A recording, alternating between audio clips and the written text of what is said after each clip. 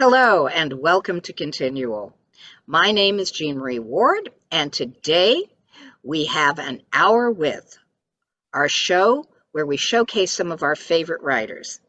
Today's writer is Ellen Byerrum, the author of such wonderful mysteries as the Lacey Smithsonian series and the brief Luminous Flight of the Firefly. Welcome, Ellen. Welcome. Thank you, Jean Marie.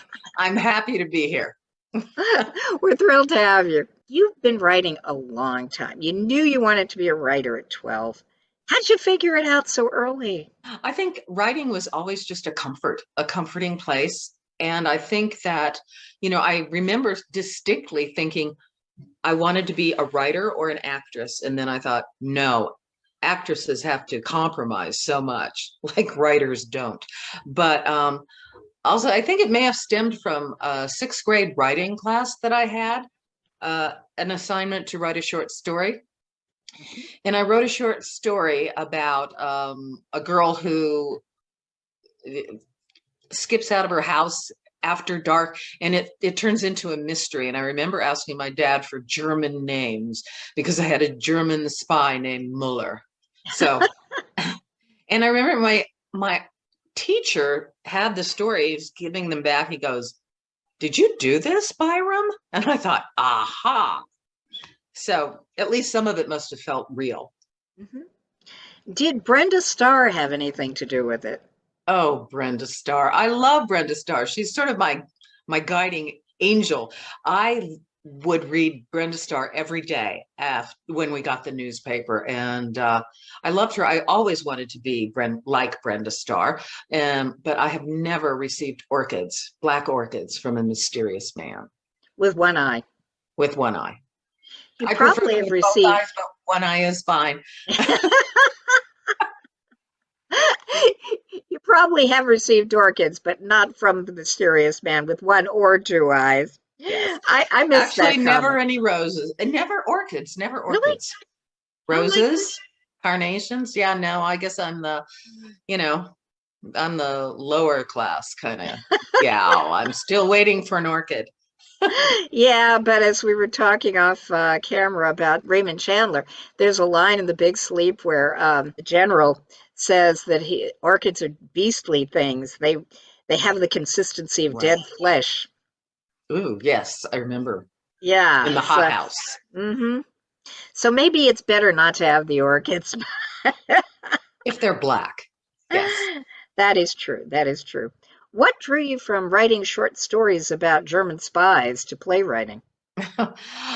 I was in journalism school in college, and my senior semester of my senior year, I took a playwriting class, and oh my God, it was like the light went on, and I thought, oh, this is what I want to do.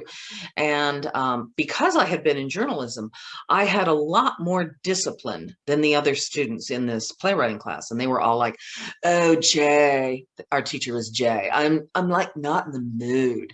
And I'm thinking, you're on deadline. You better just produce pages. So I put myself on a deadline, and also I looked at stories. And I wrote a play about a madam in Colorado named Mattie Silks. She fought a pistol duel, allegedly, in 1876 with another madam. Actually, 1877 with another madam named Katie Fulton.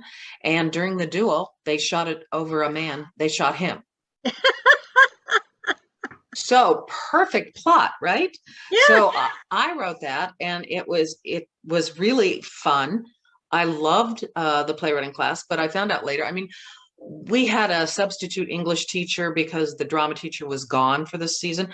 They didn't even know how to format a play. So I found that very frustrating, but I loved playwriting. I really did. And I thought, this is what I need to do.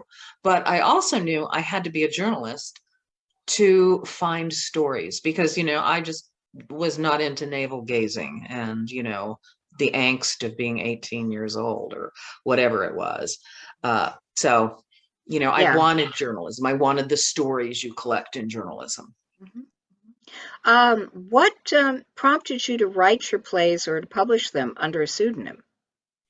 Oh, that's because Elliot does so much better than Ellen. And when I was writing plays, Ellen just kept getting rejected, rejected, rejected. And so I did a very scientific study of the New York Times, and I bought a pink highlighter and a blue highlighter, and I highlighted all the plays by females and all the plays by males. And what, to my shock, on Broadway, it was 10-1, men to women. Off Broadway, it was more like 3-7. And then off Broadway, where women were producing their own shows, it was more like 50-50. But in the big leagues, it was always men. And the only reason there was a play by a woman, it was because there was one by Marcia Norman that was on Broadway at the time.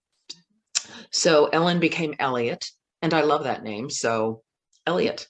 And it has been used as a gender neutral name recently.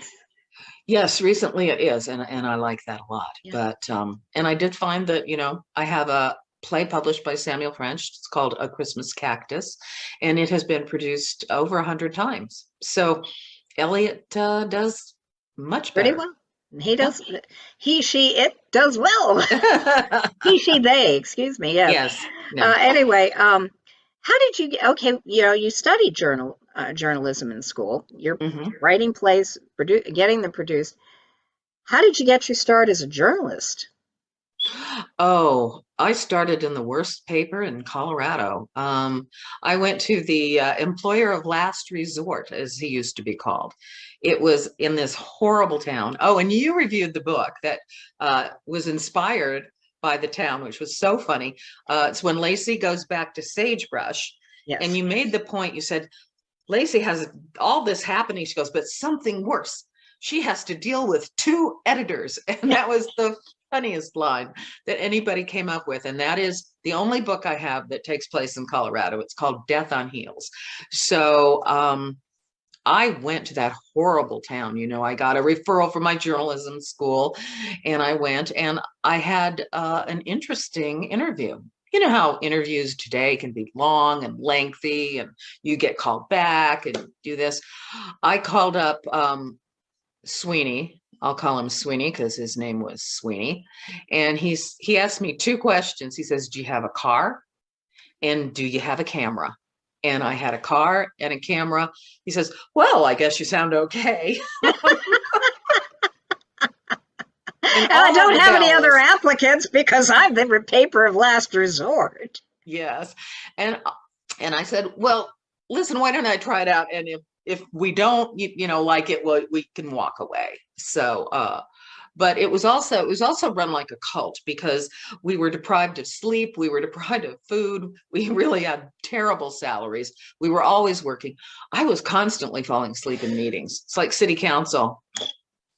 Well, normal people who are not sleep deprived fall asleep in meetings. I covered that true. Beat. That's true. Yes. Yeah. So that's how I did it. And I decided to move when the water in my toilet froze. And I remember thinking, I can be this poor anywhere. I can be this poor where it's warm. So you picked Washington, D.C. Did you immediately get a job as a journalist here, or did you have some professional detours along the way? Oh, no, I had detours. Yes, well, you just don't go to Washington and go, and well, some people do. I'm sure there's lots of nepotism. And, I remember when, degrees from Harvard and Yale would just automatically get you in, and a degree from a crazy state university is not going to get you there. But I know I worked at a hair salon chain.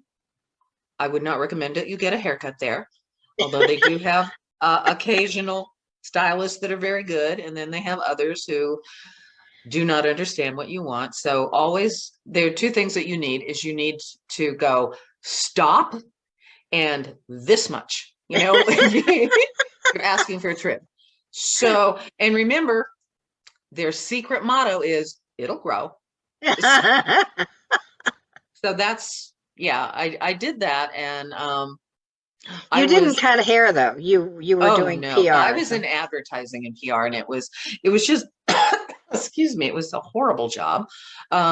it was depressing and demoralizing, and I do not have a real flair for that advertising stuff, especially if I'm not going to be representing someone I have respect for. So there you go. I got riffed. It was the happiest day of my life. Unemployment is a wonderful thing, and I did that, and through theater I knew some people who worked at BNA.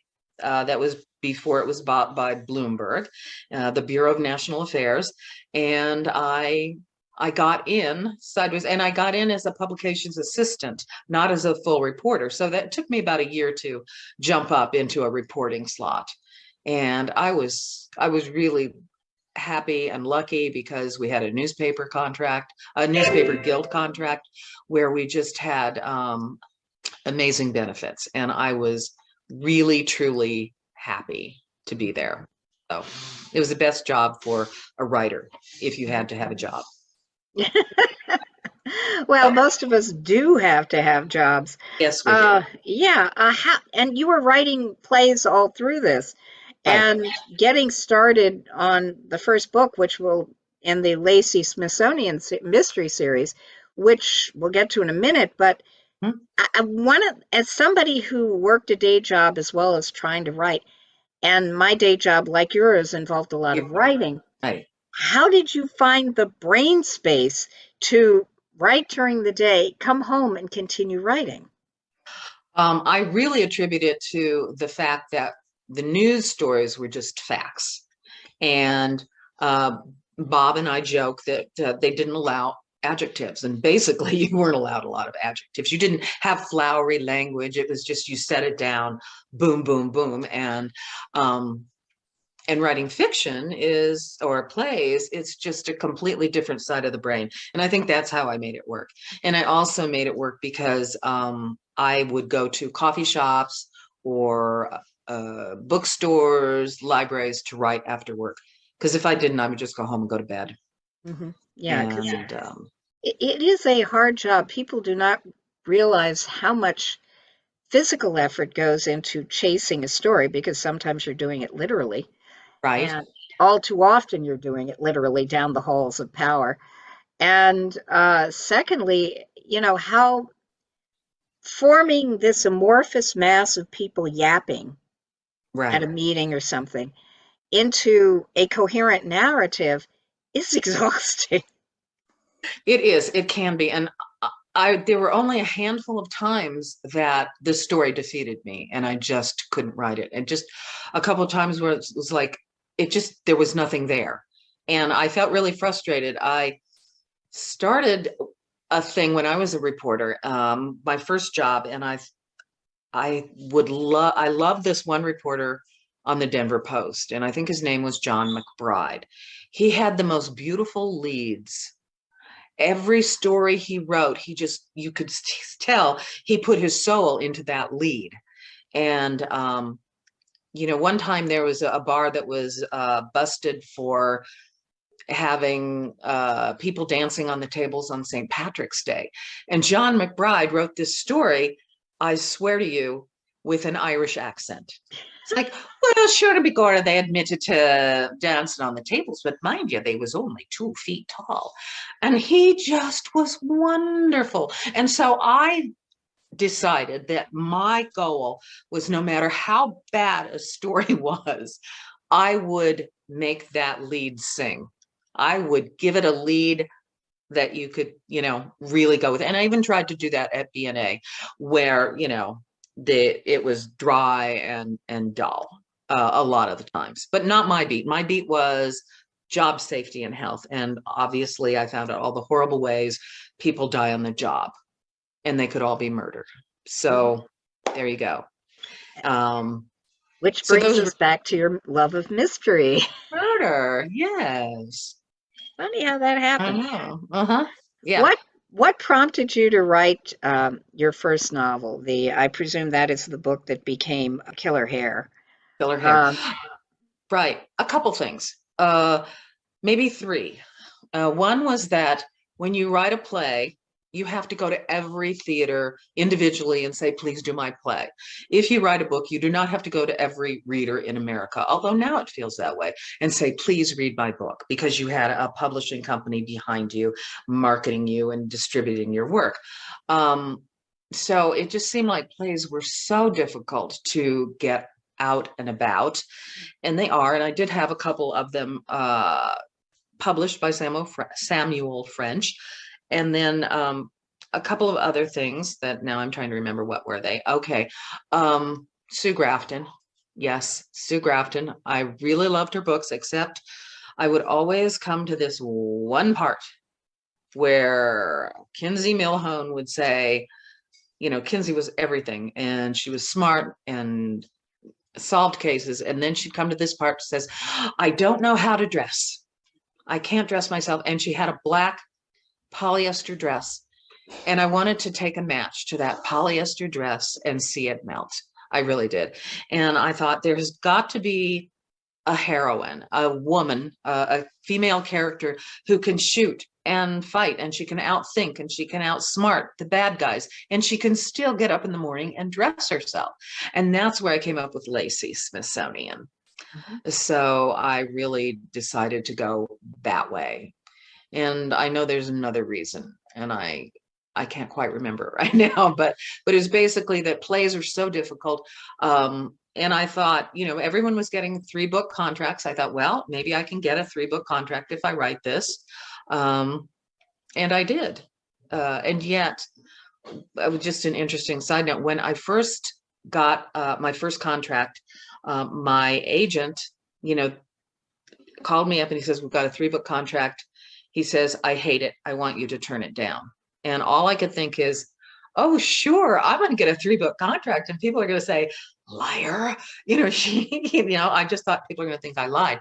The reason he did not want me to sign that contract is this is a thing. I don't know if companies are doing it now, but they were really getting into this thing where they just another screw the writer little bit of, you know, fun that publishers like, was the royalties. They wanted to accrue the royalties through each book, so that, say you got a $5,000 or a $10,000 advance, they did not want to pay you that until you accrued it through subsequent books, whereas you get your advance separately. And so I turned down the contract, and they backed down on that that aspect of it. So and I talked to my editor later, and she goes, that was so funny. She said, he just called me up, said this, and he said, and I'm hanging up now. And she said, and he hung up, which apparently was not done. So that was, you know, why I was going to go do the writing. And I wanted to see if I could do it. Were you involved in the mystery community at that point, you know, going to conventions and stuff? Because not yet. Mm-hmm. Not yet, but I do remember my first convention, which was wonderful. My first Malice domestic convention, and I was beginning to write that. I was still involved in the theater, but I was beginning to write my first book. And Mary Higgins Clark was there, and she was lovely. Mm-hmm. She was just the loveliest person, and she told wonderful stories, and she was very gracious to everybody. Mm-hmm. And I loved that. And that was in downtown Washington when they first had the conference there. And I really, really enjoyed it. And cool.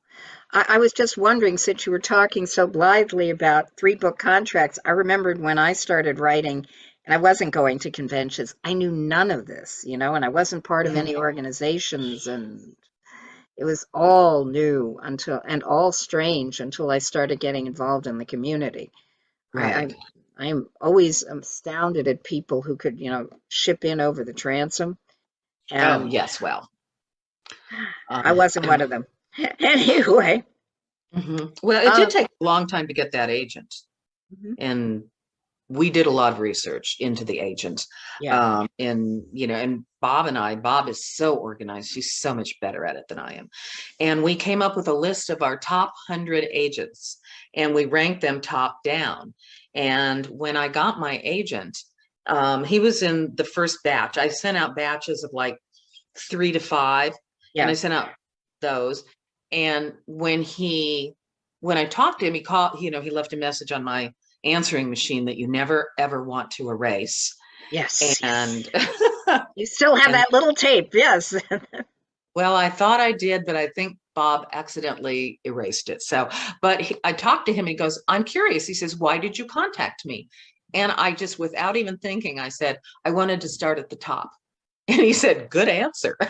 And I didn't even think about it because, yeah, we have this list and we did all this research. But that was. Ugh. Yeah, no, that's great. Mhm. And I should clarify for the folks at home, Bob is Ellen's Oh, husband. yes, I'm So, sorry. Bob Williams is my husband, and he does all my fabulous covers. yes. And, this gets into, we talked about clothing, like there's got to be Mhm. a competent woman who can actually dress herself. Right. Um, but there's a special vibe with Lacey Smithsonian Mm. for the folks who haven't read you yet, and it's the vintage clothing. So, which came first, Lacey or the vintage clothing? I guess it has to be the clothing, the vintage clothing. And it wasn't that I had a lot of it. My mother had this old jacket, a green corduroy jacket that I purloined, I stole. And I love this jacket. I took it to college with me. I wore it out and to the point that she had to hide it from me. So and she may have had it in college. It was just this wonderful fitted green corduroy jacket. So that was my first piece. And I really didn't go after, that. Although she had a storm coat that I also took that she didn't wear. And she also had to hide that because that is a problem with me. As if I love something, I will love it to death. Until the threads are just coming out. And then I guess the first true vintage piece I bought was my wedding gown. Mhm. And I had moved to Virginia from Colorado. And also, weddings were really weird when I got married in the late 80s. And brides looked like you should just stick them on a cake. And I hope I'm not offending anyone here, but the high necks and the long collars, and I just didn't see myself wearing anything like that, and I couldn't find a dress. And one day I just parked in front of this vintage clothing store in Alexandria, Virginia, that sadly is no longer there. I walked in and I saw this puddle of material on the floor, white ivory crepe, and I picked it up, and it's from the late 30s. It is this exquisite ivory crepe gown with embellishments, with beads and sequins and faux pearls. And I just said, "How much is it?" And it was $100. And I went, "Sold." And so that was my first piece. And, I have picked up more since. And mostly what I bought were suits from the 40s and 50s, because you can wear a suit in Washington, D.C. Back then or now, and no one will bat an eye. So mostly suits. Mhm. Yeah, I've had a lot of vintage during the 80s and 90s myself. And you have a very interesting take on this. It's not just about the clothes, but you see clothing as a way of describing character. Could you talk a little bit about that? Yeah, I really think of clothing as clues, but I also think that it's not as far as designers, or it's a Gucci or a Versace or anything like that. I don't drop labels like that. But I really think that clothing is a way we express ourselves.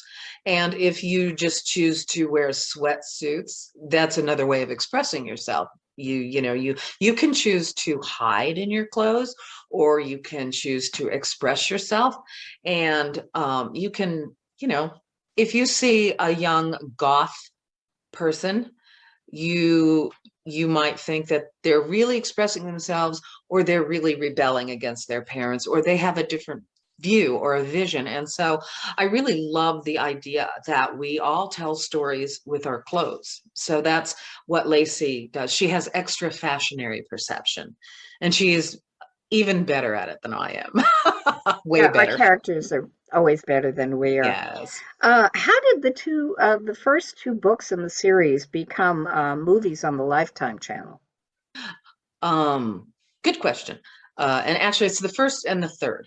They didn't do the Oh, okay. second. And I'm actually I'm grateful for that, because the second one is basically the heart and soul of the series, because it explains about Lacey's relationship with her great aunt Mimi. But I went to a conference in Hollywood called How to Sell Your Book to Hollywood conference. But that wasn't really what cinched it for me. It was when I first saw the notice in my email. I was at work, as I often was, and it just hit, kept knocking on my brain. It's like, and I thought, I can't afford that. That sounds fabulous, but that's like $500 for the hotel and the flight, and who's got that money? And I tried to work, and I swear, like, that voice in your head said, Ellen, if you go to that conference, something will happen. And it was just that sentence. And I pulled out my MasterCard and I signed up. And I was tested. That voice, I tested me for quite a while, and I thought, this is never going to happen. But this was in May. The conference was in November. I flew to California. There were about 50, almost 50 writers who went there, and we had the opportunity to pitch our books to producers. And some people got totally freaked out about this, but I had this sentence saying, something's going to happen. And we had a fabulous tour of Sony Studios. We had workshops. People were telling us how to pitch, and how we had 5 minutes, and how we had no idea how brilliant that was. And nobody gets 5 minutes. You might get 2 minutes. And I'm like, all right. So I remember writing out my pitch at my desk in my hotel room, and I took about 15 minutes. I read it over a couple times, and I was done. And there was a very famous author in the next room at the same motel, and she canceled everything on Saturday. And she took hours and hours to write, it's a paragraph, her pitch. And she was so freaked out by the whole process. She didn't do well in her pitch session, but I did. And I remember walking in and meeting Rona and Monica, and I sat down and I said, this is a story about Lacey Smithsonian. And I went on, and I said, she solves crimes with fashion clues. You could say she has extra fashionary perception. And they said, wait, what did you say? What was that? And I said, extra fashionary perception. And they wrote it down, and I felt the click, just that moment. And it took a long time after that, because they went back. I mean, I knew that we had made that connection, and they were happy. And I had given them a couple books. Well, through the next year, they just wanted book after book after book. They could have bought a few copies themselves, but anyway, I sent them books, and I wrote coverage for them. So I had to learn how to write coverage of a book for them. And then Rona, one of the producers, ran into a friend of hers, Anne, who was a producer at Lifetime. And Anne said, what are you working on? She says, I've got these crime and fashion novels. Anne read it over now this had taken a year, actually almost 2 years. Anne read it over the weekend. I got a call the next week.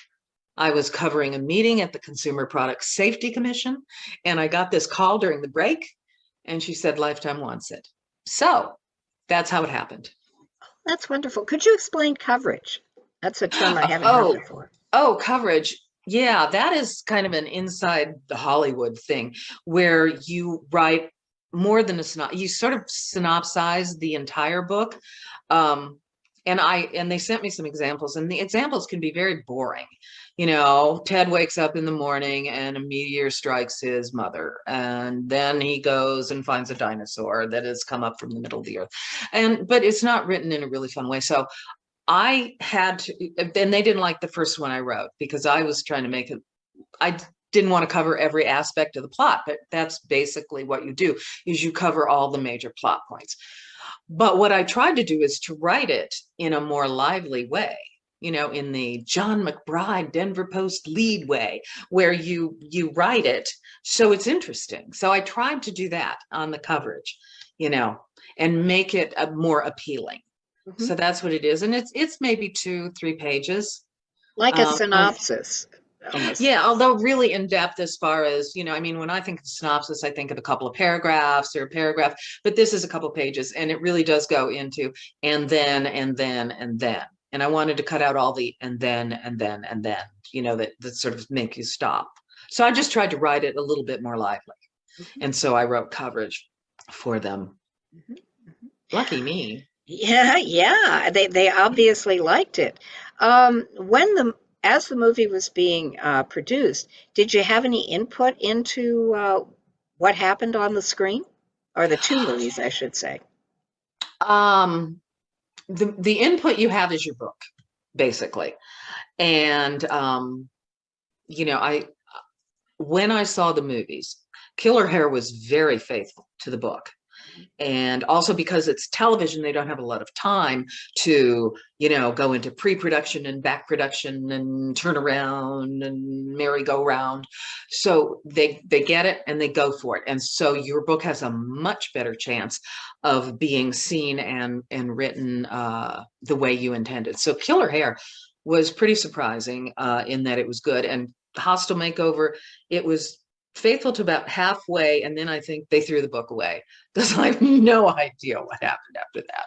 But I think that's it. Your input is the book. Now, if I had another deal at some other point, I might be able to get more, but I was naive. My agents didn't really know what to do. So let's just say it was a big learning thing. Although one time somebody called me up and said, well, let me get this straight. Is Mac black? And Mac is the editor in my book. And of course he is black because he's African-American. It is Washington, D.C. There are lots of people of color. And, you know, I said, yeah, and Tony is Hispanic and there are lots of people of color. And I tried to get the point across that, yes, it's Washington. And thank God they called me about Mac, because who knows? Mhm. The one disappointment to me is that everybody speaks in a certain way in my books, and the lines were there, but also there are very distinct geographical differences in accents. You know, I had one character I described as, you know, his accent was Southern, it was syrup deep, that kind of thing. It gives you a little clue. And sorry. And Stella's from New Jersey. And, you know, people are very distinct in this book, and there were no accents at all. And the production was in Canada. And so but none of that distinctive flavor made it in, which was a disappointment to me. But hey, I got 2 movies made. And you also got a to walk across the screen in D.C. I think there was at least one scene shot in D.C. In front of the White House. Mm-hmm. Yeah. Yes. Were you in vintage? I just happened to be wearing my vintage jacket that I Mhm. love. Is from the 1940s. It was an ILGWU, which is the International Ladies Garment Workers Union, who made it. Yes. And yeah, I love it. It's very much my good luck jacket. So I wore that. And I also had a vintage wool shawl that I had wrapped around because it was really cold. We were supposed to be shooting spring, and it was spring, you know, there was like one magnolia in bloom, and it was so cold, so very, very cold. But you know Yeah. those days. Oh, yeah, I do. I mean, the most wretched months of the year are February and March. Yeah. Because you have the weather can be all over the map. I mean, with climate change, we get more warm days in March than we used to, but it's still. This was late March when they were shooting. Yeah, the exteriors. The rest of it was shot in Canada. So Yeah, yeah. And it was probably better weather there. you never know. Yes. Anyway, how many books are in the series now? There are 12 books in this series, and I am counting The Brief Luminous Flight of the Firefly as one because it is the prequel to the series, and it stars a character Mimi Smith, who is Lacey Smithsonian's great aunt, who bequeaths her a trunk full of fashion. And I wanted to give Mimi a story simply because her clothes are so important in the series. Yeah, that big trunk of clothing and patterns that and fabric that allows Lacey to have all these wonderful garments made for her. Let's talk that, we've got more to cover on some of your other things, but let's briefly go over there since you brought up the brief luminous flight of the Firefly.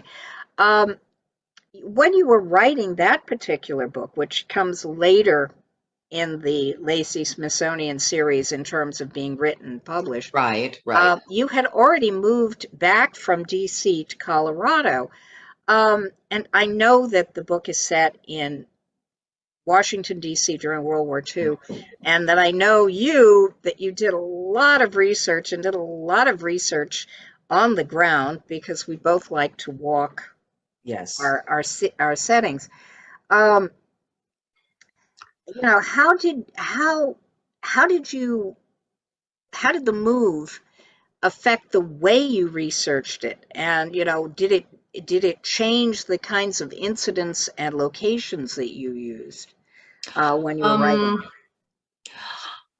It does change simply because, a move is a big deal, and it slows your writing down. So I had a few years to be thinking about it, but every time I go back to DC and Alexandria, I would research. So I did research a lot in the Alexandria Historic archives, old newspapers and books and that sort of thing. But also I did go to the archives, the National Archives. It says in Denver, but they're actually in a town called Broomfield, which is like miles away from Denver. But they have the National Archives. And I did that because I figured that during the war, the Office of Price Administration would have records in this regional area and that they would reflect what we see in DC. So if I had gone to DC, I would have to have gone to National Archives at College Park, which I would like to have done, but it would have delayed me. So this way, I had some questions I wanted to ask. I wanted to know whether there were female investigators at the agency. I wanted to know whether there were female lawyers at the agency, and I was able to verify all those sorts of things. And the tone of everyday correspondence in life. And one letter really was hilarious. It stuck out, and it was I think from the head of the agency office in Denver to DC. And it starts out, I don't know what happens to the mail when I send something to Washington, DC, but it has been 3 months. And it was really funny. So, those things still happen. And that was helpful to go to the archives in Denver, in Broomfield. So, and then also, just fashion wise, the times wise, I have a big collection of Mademoiselle magazines from the 40s, from 1943, and Vogue and McCall's, and they're fascinating. And that really gives you a sense of the lingo, and talking. And one of the Mademoiselles even had a whole vocabulary list of terms used at different colleges. So, like the white shoes, the gray flannels, the this, the that. And there was a whole guide on visiting a man's college during college weekend days. And like that, wow, that never happened where I went to school. So, yeah. Well, it had changed significantly from the 40s to the time we were in college. Right. Let me just get this straight. Lacey Smithsonian is a reporter on a small DC paper with a lot of entertaining colleagues, including a lady named Dorothea Pickles? Felicity Pickles. Felicity Pickles. My brain just sort of stumbles on the idea of Happy Pickles. But but her aunt's name I've forgotten, forgive me. Mimi Smith. Mimi Smith is an investigator with the Price Board. the Office of Price Administration. And she starts out as a stenographer.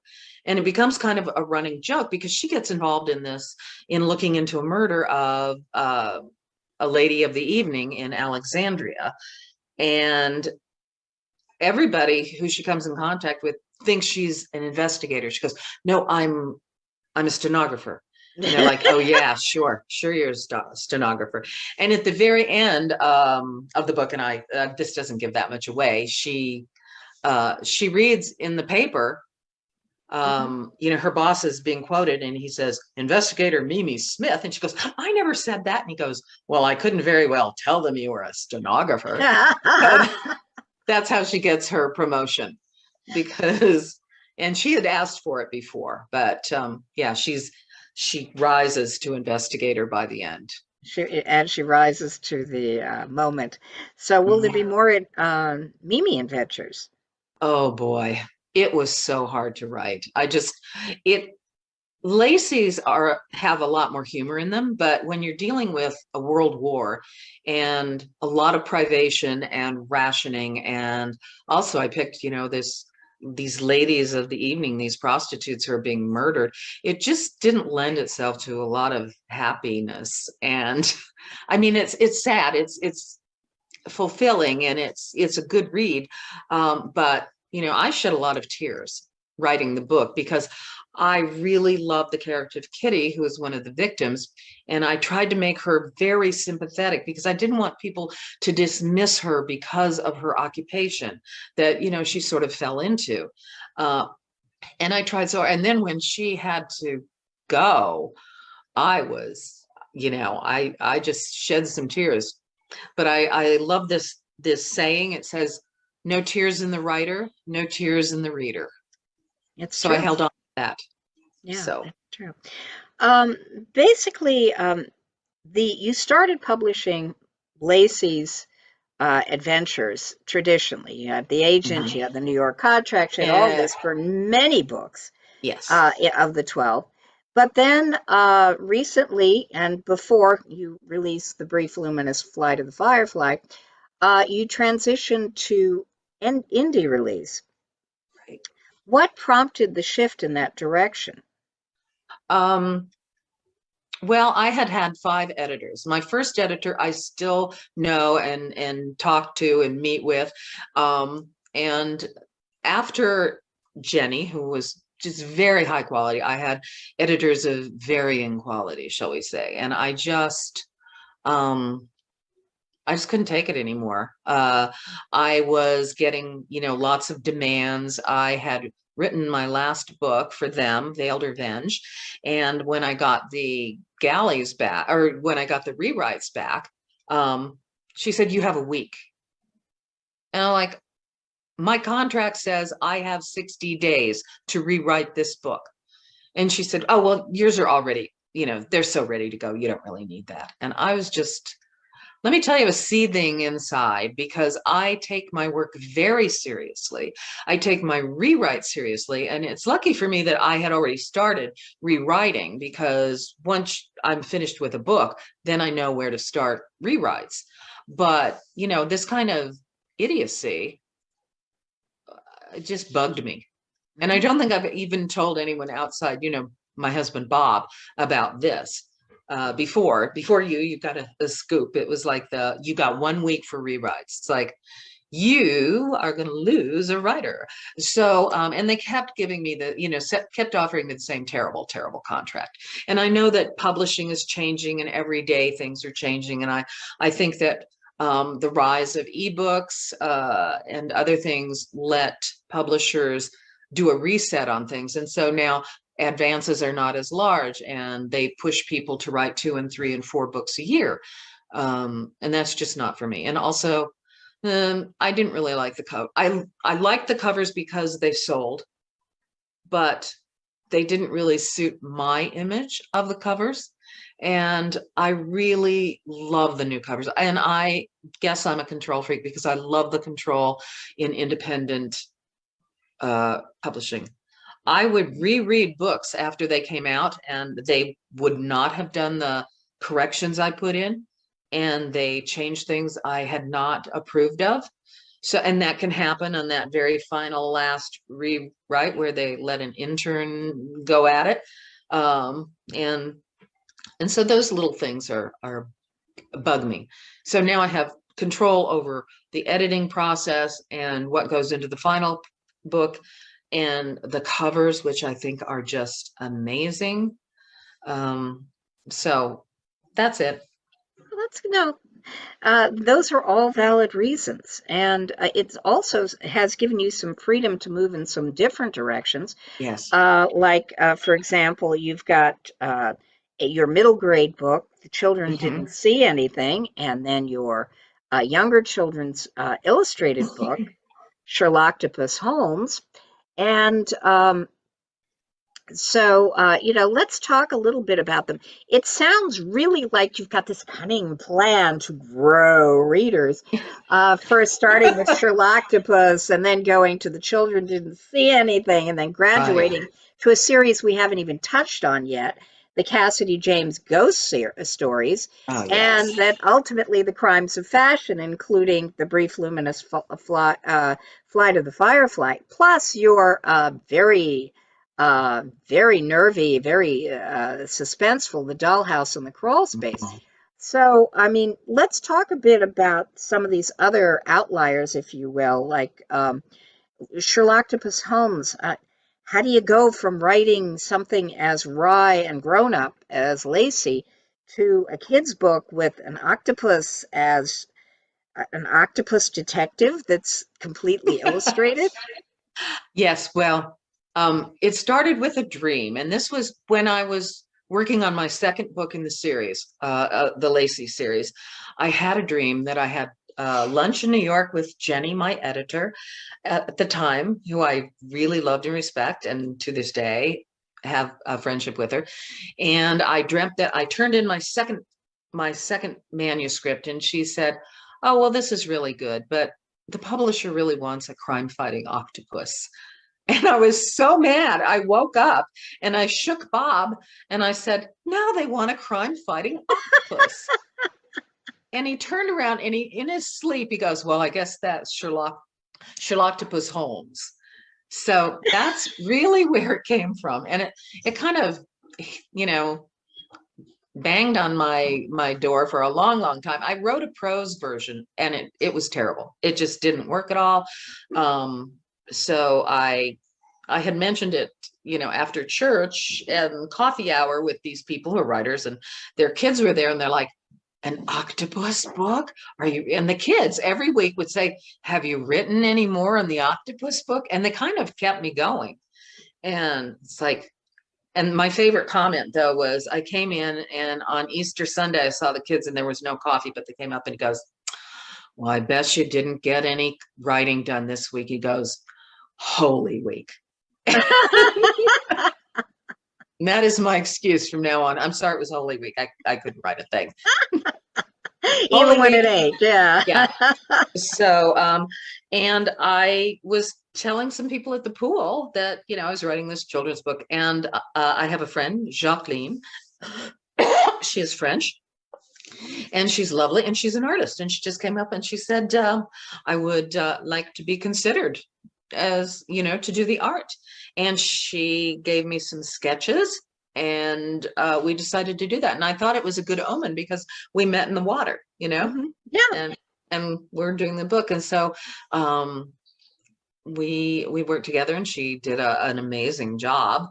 And I wish I had the energy to write another one. I have 2 titles, but I don't have necessarily the whole plots. But I would like, if I did have the time and energy, I would maybe do a couple more. But it took me almost as long to write a children's book, rhymed and metered. And then I added definitions that are rhymed and metered, And I've got characters like Squid Pro Quo and, the eel. Mm-hmm. So it was really fun, but boy, it was a lot of work. And then even at the very end, we're still messing with the rhyme and the meter and getting it together. So that was Sherlocktopus. Yeah, well, kids' books, especially for the young, take an incredible amount of effort that, having grown up with all of the complexity of the prose, we don't realize how many pieces actually go into making Mhm. a children's book work. And Right. I wouldn't even try it myself. But you did have another middle grade book that wasn't the children didn't see anything based on a real experience.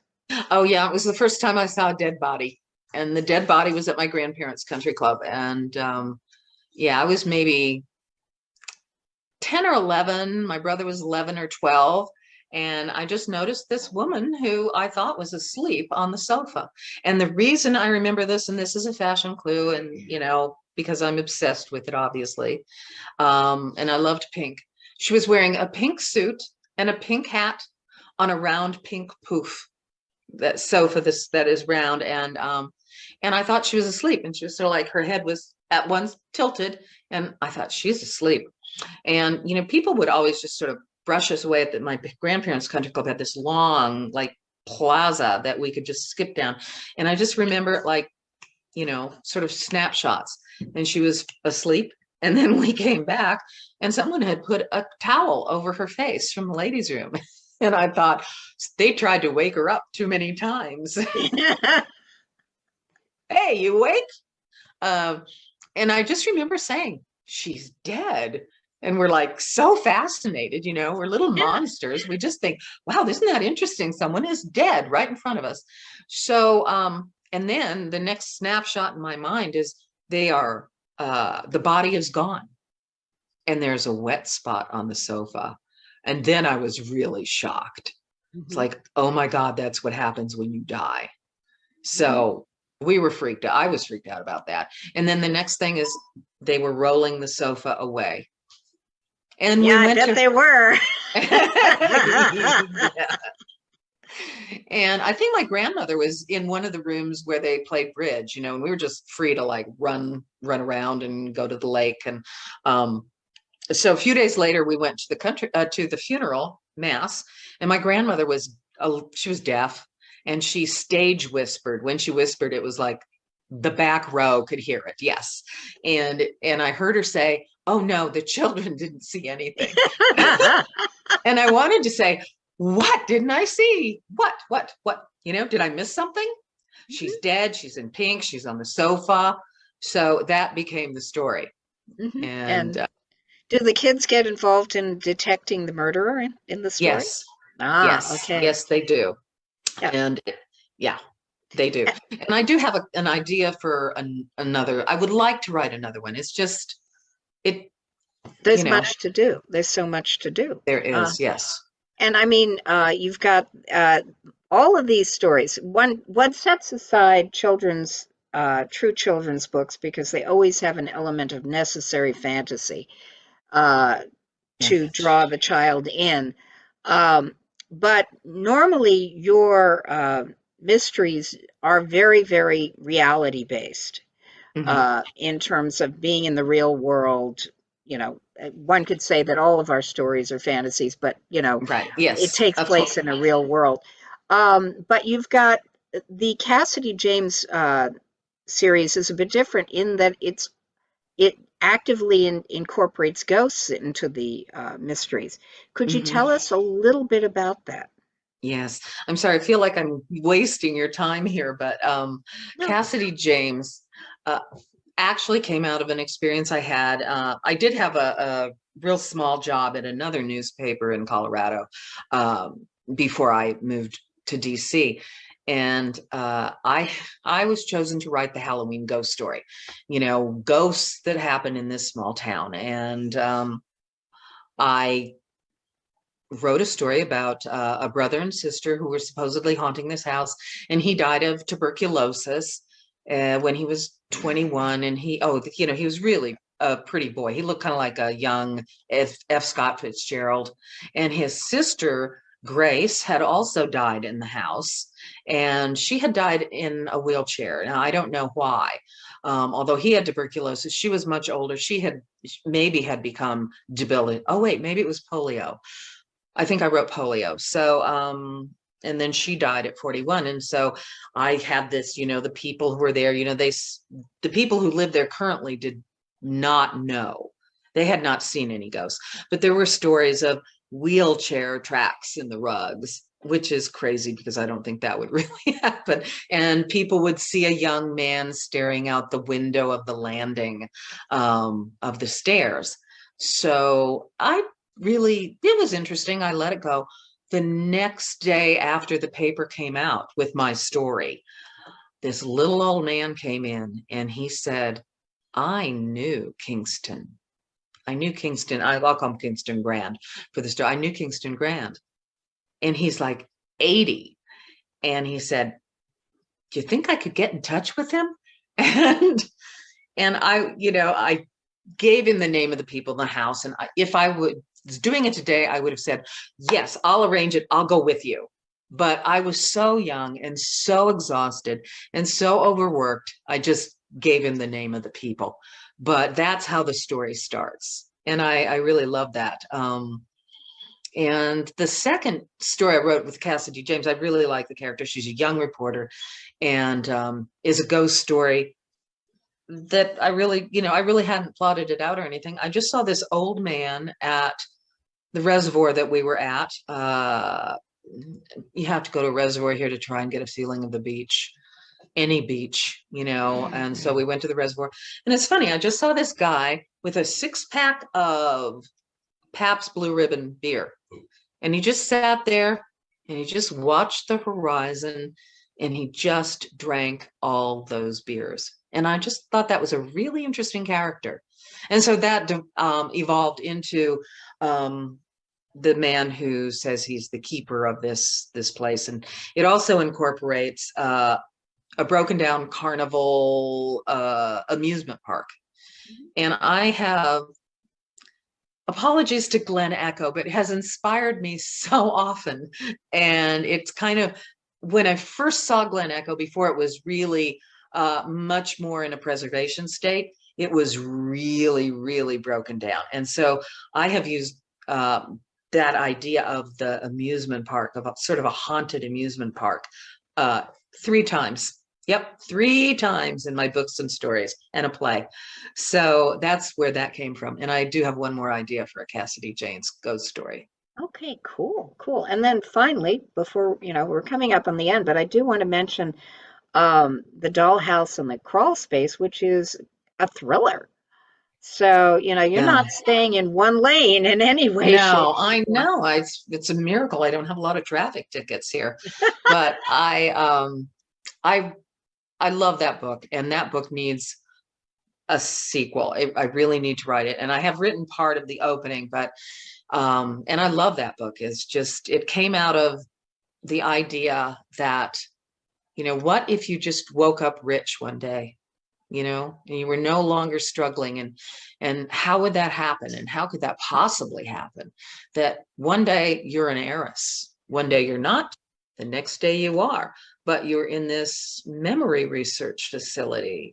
And I was interested in memory research just for some of the stories we were doing and the ethical questions of whether it's really ethical to take someone's memories away, even if they are caused by traumatic events. So it kind of mixes science, and it's not, as someone said, it's not science fiction, but it's like science tomorrow. So it is, where she wakes up in this facility and she is told she's an heiress, and she has memories of being an heiress and parties and things, but she also has memories of being another person. And I just really like that. And I also like the deal of, well, if you did wake up with, millions and millions of dollars and everything you could do, how would it affect you? And, would you go for it? Would you actually be surprised? Could you handle it? What would you think? Would you think of how unfair the world is and why this happened to you? So anyway, it is big thriller plot, but I I loved writing it. I loved going into the research of drugs that can take your memories away, and I was also working with the idea of implanting memories. Where people say they've had memories implanted, and simply by suggestion, we can remember things that never happened, and how our memories are so faulty, and they're very fluid. So I did that, and I need to write the sequel. So I need to live a long time. Hey, if you have enough to do, you won't die. That's all there is to it. You got to Yeah. have a lot to do and keep doing it. But thrillers do always seem to brush the edge of science fiction. Near future Hmm. sci-fi. It's amazing. So I'm not surprised, and it sounds fascinating and has a lot of follow-on. We are unfortunately at the end of our time together, so Way end of our time. I have two questions that I always ask. The first one being, what are you working on now? Oh, I'm working on a book set in 1934, post-Prohibition, right after Prohibition ends in New York City. And it's kind of I don't want to say Nick and Nora, but she's a playwright, he's a playboy detective, and they kind of get together and they clash. And there's a lot of romance, there's a lot of comedy, and there's a lot of mystery. And it was my pandemic wake up in the middle of the night and write notes down book. And now I am going through it and trying to actually get through it. Yes. Okay. And great clothes, to say nothing else. Oh, Yeah, one more, and 1930s. then we ask you to tell folks where they can find you on the web, and that is there anything you'd like to add? Soapboxes provided free of charge.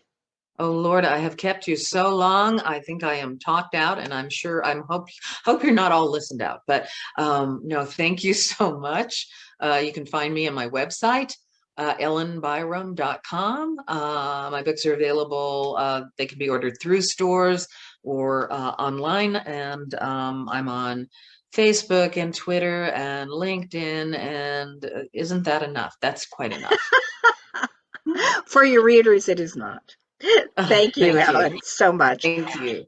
And thank you from Continual, the convention that is always here when you need us.